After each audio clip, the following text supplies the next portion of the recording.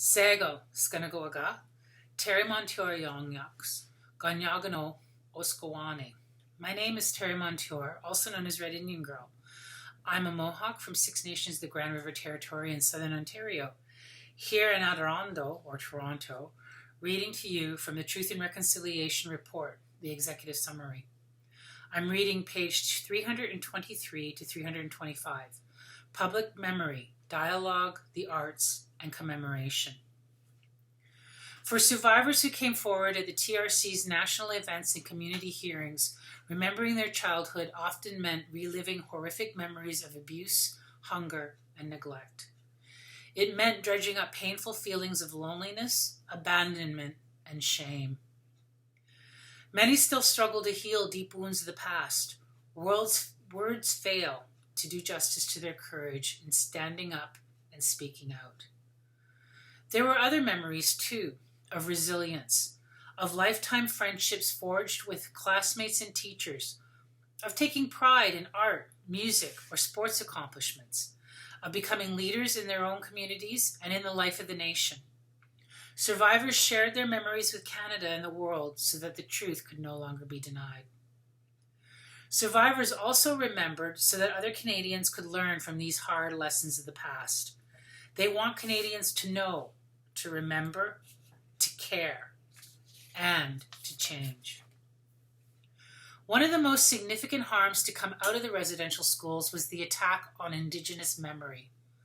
The federal government's policy of assimilation sought to break the chain of memory that connected the hearts, minds, and spirits of Aboriginal children to their families, communities, and nations. Many, but not all survivors have found ways to restore those connections. They believe that reconciliation with other Canadians calls for changing the country's collective national history so that it is based on the truth about what happened to them as children and to their families, communities, and nations. Public memory is important.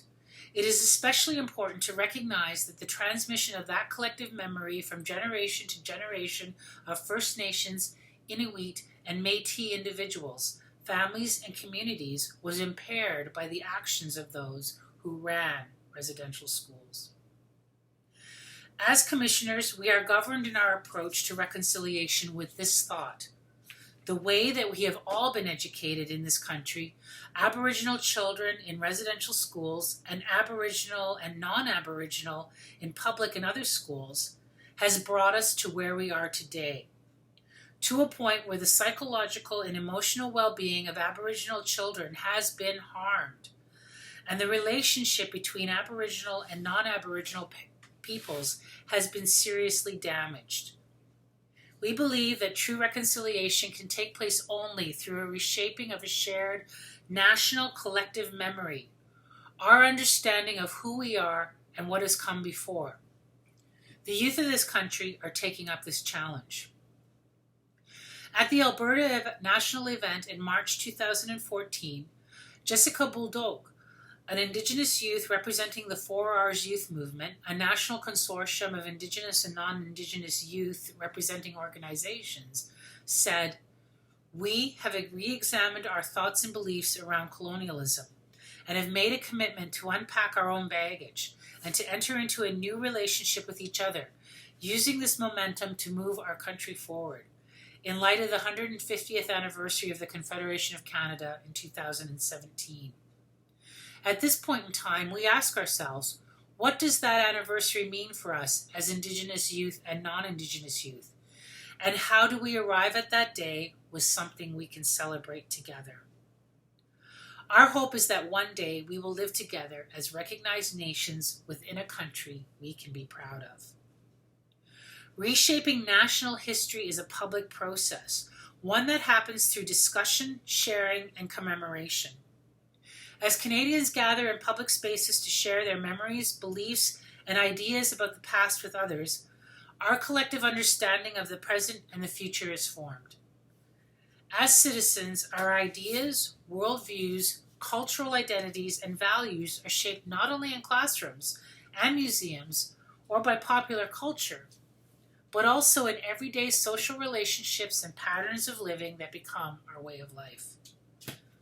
Public memory is dynamic. It changes over time as new understandings, dialogues, artistic expressions, and commemorations emerge. Public memory, much like national history, is often contentious. Although public memory can simply reinforce the colonial story of how Canada began with European settlement and became a nation, the process of remembering the past together also invites people to question this limited version of history. Unlike some truth and reconciliation commissions that have focused on individual victims of human rights violations committed over a short period of time, this commission has examined both the individual and collective harms perpetrated against Aboriginal families, communities, and nations for well over a century, as well as the preconditions that enabled such violence and oppression to occur. Of course, previously inaccessible archival documents are critically important to correcting the historical record, but we have given equal weight and greater voice to Indigenous oral-based history, legal traditions, and memory practices in our work and in this final report, since these represent the previously unheard and unrecorded versions of history, knowledge, and wisdom. This has significantly informed our thinking about why repairing and revitalizing individual, family, and community memory are so crucial to the truth and reconciliation process. In loving memory of my Uncle Russ Moses.